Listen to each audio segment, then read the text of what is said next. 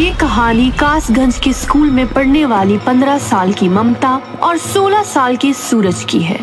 ममता का स्वभाव बहुत ही चंचल था और वो पढ़ने में भी काफी अच्छी थी। वहीं दूसरी तरफ सूरज फुटबॉल और पढ़ाई में बहुत अच्छा था कि तभी एक दिन। सूरज सुनो ना, हमें कब तक एक दूसरे के बिना ऐसे अकेले अकेले रहना पड़ेगा? अरे पगली, हम अकेले कहाँ हैं? हम तो रोजाना एक दूसरे से मिलते हैं। मेरे कहने का मतलब कुछ और है। क्या क्या बोलो? मुझे अब पूरी जिंदगी तुम्हारे साथ रहना है। अपने घर रह के थक गई हूँ। क्या बात है, आज तो मुझ पर ज्यादा ही प्यार आ रहा है। मजाक मत करो। देखो ऐसा नहीं है, मैं भी तुम्हारे साथ रहना चाहता हूँ, लेकिन अभी हम 18 के भी नहीं है। हम नाबालिग हैं यार। ठीक है, लेकिन तुम्हें जल्दी इसके बारे में कुछ करना होगा। अच्छा ठीक है बाबा, अब गुस्सा थूक दो। इन बातों के बाद दोनों घूमते हैं और कुछ देर बाद अपने अपने घर चले जाते हैं कि तभी एक दिन।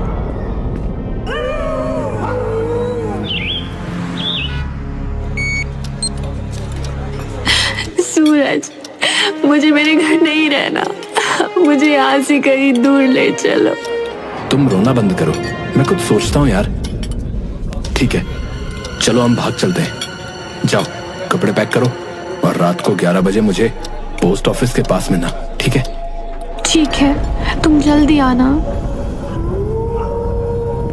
दोनों अपने घर से भागने के लिए पूरी तैयारी के साथ निकलते हैं। हाँ, तुमने सब रख लिया ना? हाँ, चलो। दोनों चोरी छुपके शहर से बाहर निकलने की कोशिश कर रहे होते हैं कि तभी अचानक एक पुलिस की गाड़ी सामने आ जाती है। रुको रुको, आधी रात को तुम दोनों कहाँ जा रहे हो रे? कहीं नहीं सर, हम बस अपने घर जा रहे हैं। ज्यादा चालाकी दिखा रहा है? सही सही बता कहाँ जा रहा है इस लड़की को लेके? और शक्ल से तो तुम दोनों नाबालिग लगते हो। नहीं नहीं। हाँ सर, हम घर से भाग रहे थे क्योंकि हम दोनों एक दूसरे से शादी करना चाहते हैं। ये कोई शादी करने की उम्र है? लगाऊं क्या एक? चलो बैठो गाड़ी में। नहीं नहीं, मुझे जेल नहीं जाना। अरे डरो मत, जेल में नहीं डालूंगा। बच्चे हो इसलिए घर छोड़ देता हूँ, लेकिन आइंदा मैंने तुम्हें भागते हुए देखा तो जरूर जेल में डालूंगा, समझे? पुलिस वाला दोनों को बिठा के उनके घर छोड़ देता है। कुछ दिनों तक मामला शांत रहता है। दोनों के घर वालों ने उन्हें अलग कर दिया था, लेकिन चोरी से वे दोनों एक दूसरे से मिला करते थे। ऐसे मिलते मिलते उन्हें 5 साल हो गए। अब दोनों बड़े हो चुके हैं। दोनों एक दूसरे के प्यार में इतने पागल हैं कि कुछ भी कर सकते हैं। और अब सूरज मर्चेंट नेवी ऑफिसर भी है। सूरज अपनी छुट्टियों में ममता से मिलने आया। हेलो डार्लिंग, देखो मैं तुम्हारे लिए क्या लाया। क्या हुआ? तुमने कहा था जब हम बड़े हो जाएंगे तो एक दूसरे के साथ रहेंगे, लेकिन लगता है अब तुम मुझसे प्यार नहीं करते। ऐसे मत कहो, तुम बताओ मैं क्या करूं? मैं तुम्हारे लिए कुछ भी करूंगा। तो ठीक है, अपनी नौकरी छोड़ दो और चलो कहीं दूर भाग चलते हैं। ठीक है, लेकिन कुछ नहीं।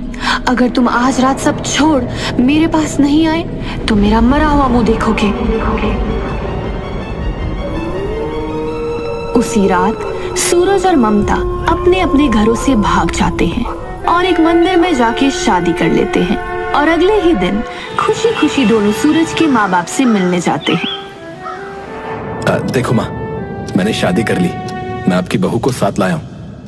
लल्ला, तूने क्या किया लल्ला? अब हम समाज में तो मुंह दिखाने के लायक ही नहीं रहे। तेरे पापा तो शर्म से ही मर जाएंगे।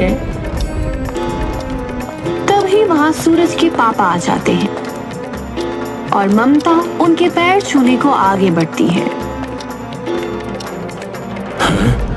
ये सब क्या हो रहा है? ये लड़की कौन है? पापा, हम दोनों ने शादी कर ली है। सूरज के पापा को ये सुनकर झटका लगता है और वो अपने सीने को पकड़ के कहते हैं, शादी कर ली?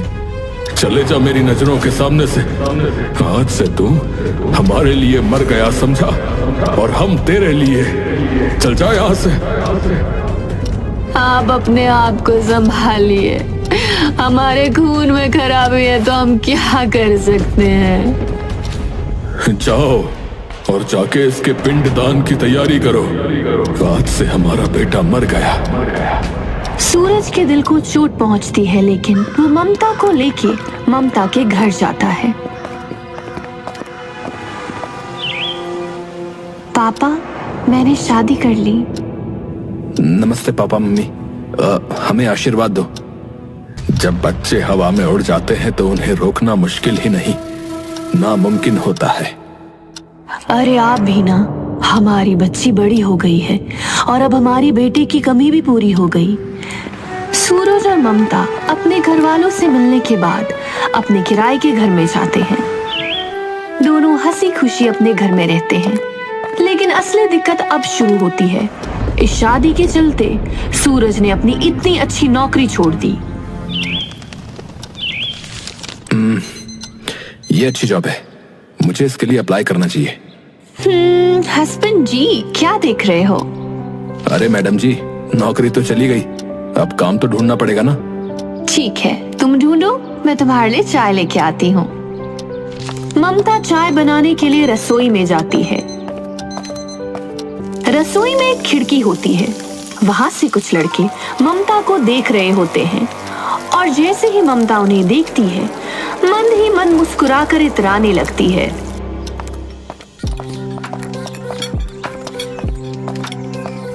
ये लो चाय। लाओ डार्लिंग, एक बार घर हो आऊं। मेरे ही माँ पापा हैं, कब तक गुस्सा रहेंगे।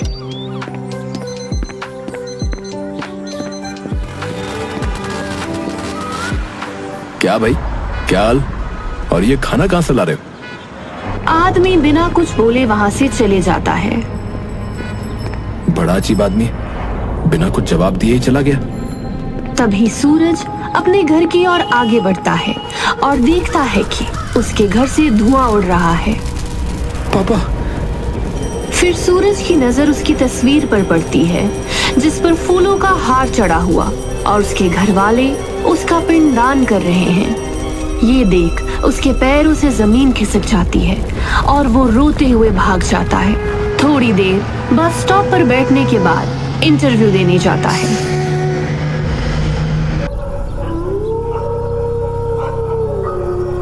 घर आते ही, इंटरव्यू कैसा गया?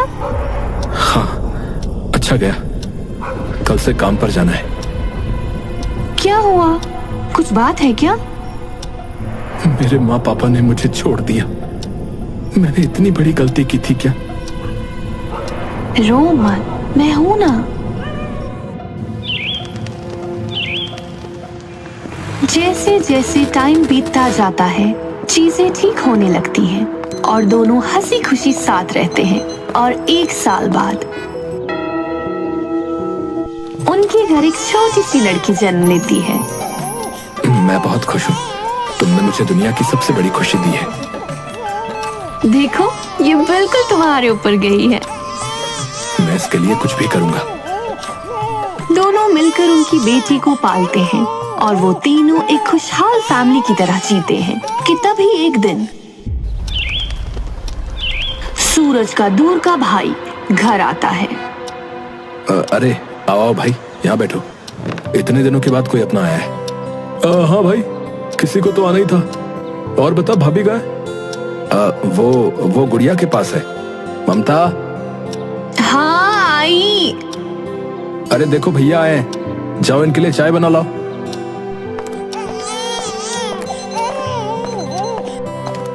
नमस्ते भाभी। नमस्ते, मैं अभी चाय लाती हूँ।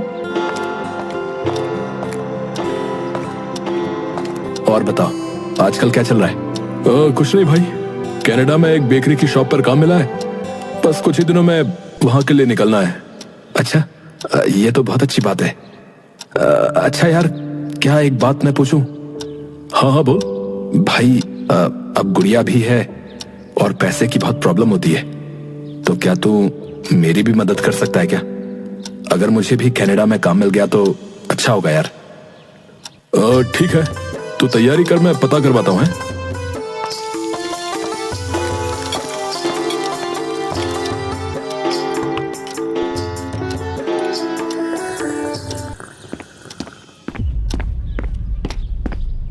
क्या तुम मेरे पीछे से हमारे घर और हमारी गुड़िया को संभालोगी? मुश्किल है तुम्हारे बिना रहना, लेकिन काम है, जाना पड़ेगा। और तुम परेशान मत हो, मैं संभाल लूंगी।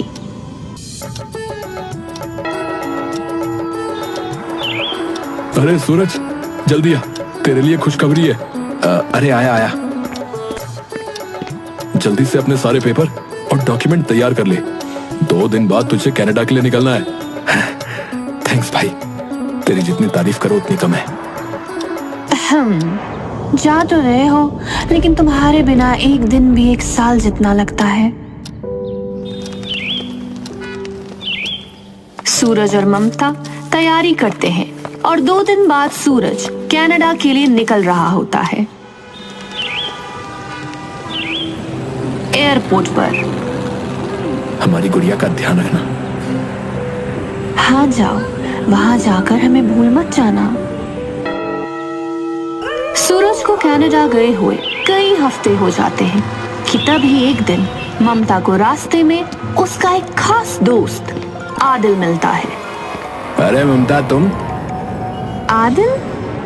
अरे मुझे पहचान नहीं पा रही क्या? नहीं, तुम्हें कैसे भूल सकती हूँ। आओ मेरे घर चलो, यहीं पास में ही है। ठीक है। ममता आदिल को अपने घर ले जाती है, लेकिन आदिल को देख के साफ पता चल रहा था उसके इरादे ठीक नहीं हैं। ममता उसके बारे में सब जानते हुए भी उसे घर ले आई। तुम यहाँ बैठो, मैं तुम्हारे लिए कुछ खाने को लाती हूँ। ठीक है। ममता रसोई की जगह अपने कमरे में जाती है और तैयार होना शुरू कर देती है कि तभी वहां आदिल आ जाता है। तुमने तो मुझे डरा ही दिया। तो तुम रसोई की जगह यहाँ क्या कर रही हो? मैं वो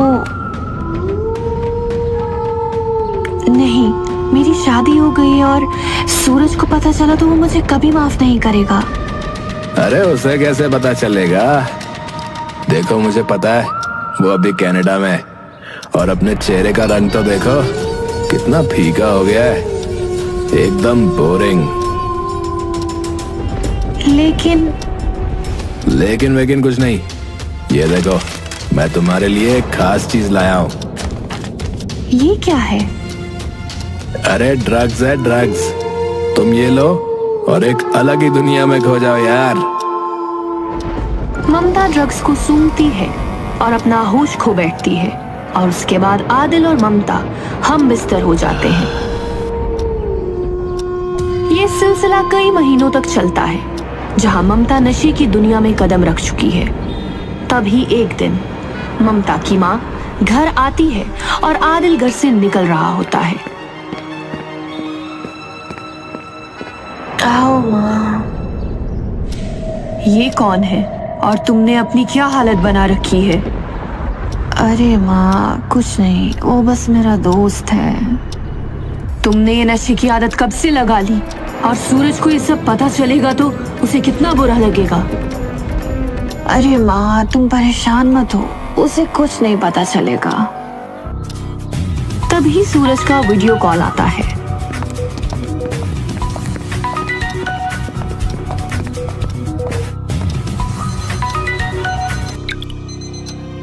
हेलो मम्मी जी।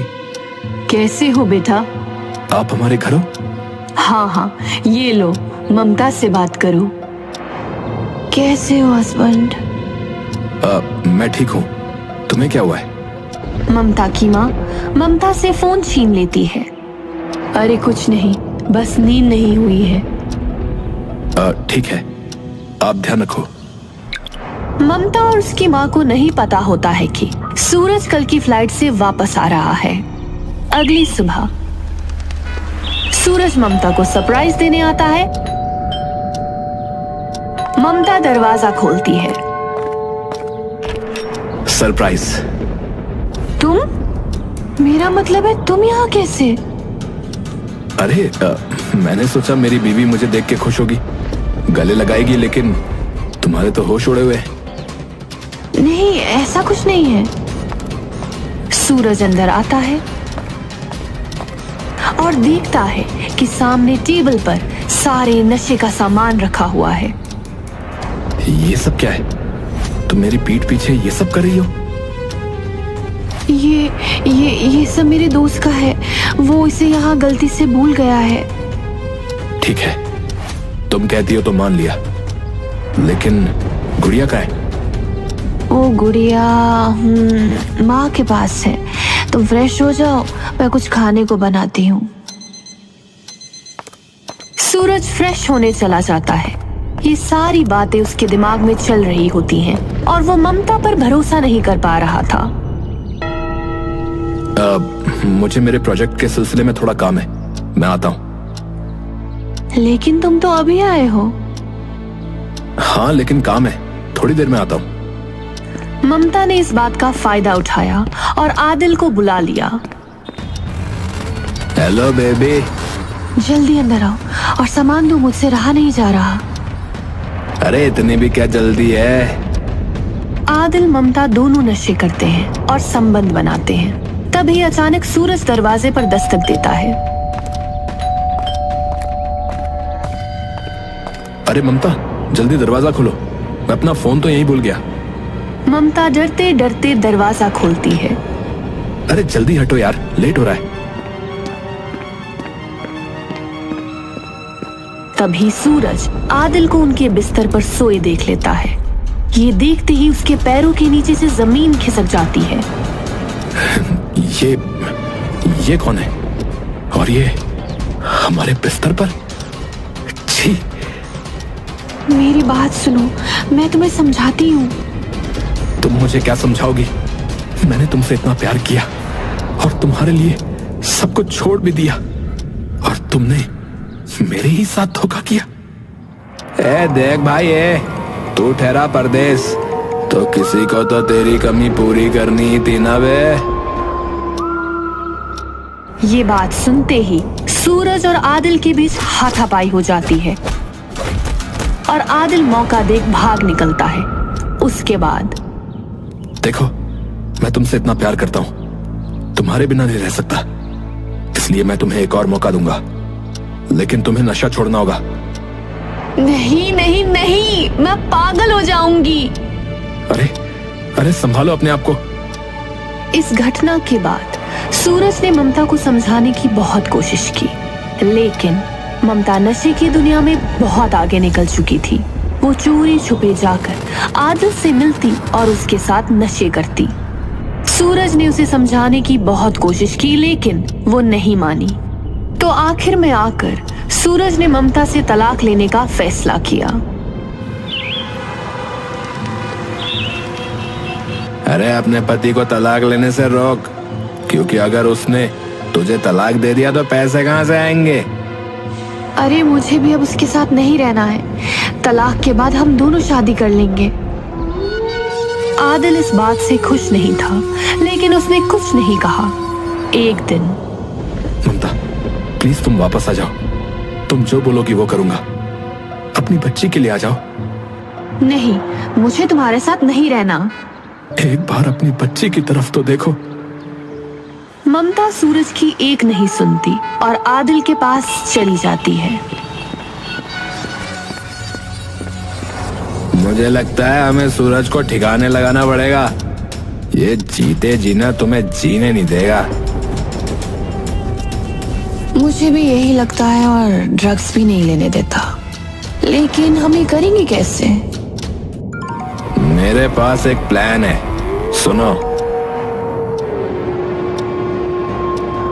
ठीक है।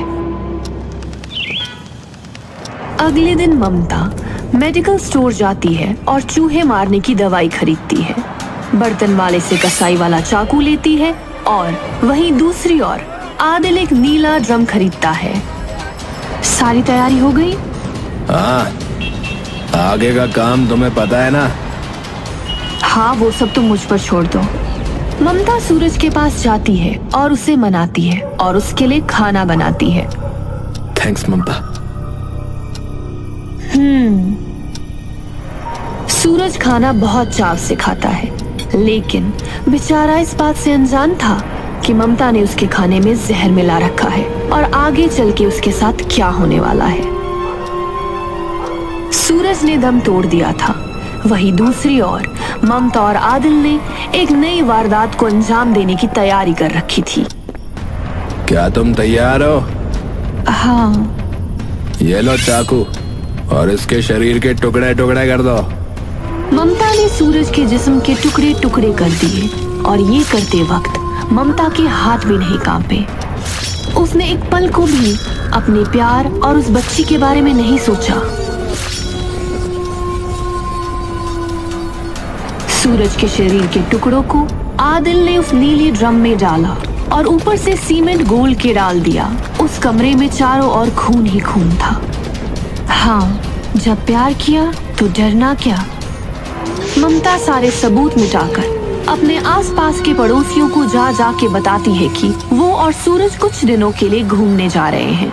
उसके बाद आदिल और ममता हिमाचल, कसोल और मनाली घूमने निकल जाते हैं। जब ये दोनों घूम के आते हैं तो ममता को अपनी गलती का एहसास होता है। पापा, मुझसे बहुत बड़ी गलती हो गई है। बेटा शांत हो जा, बता आखिर बात क्या है। वो बेटा बोल, घबरा मत। माँ, वो मुझसे सूरज का खून हो गया है।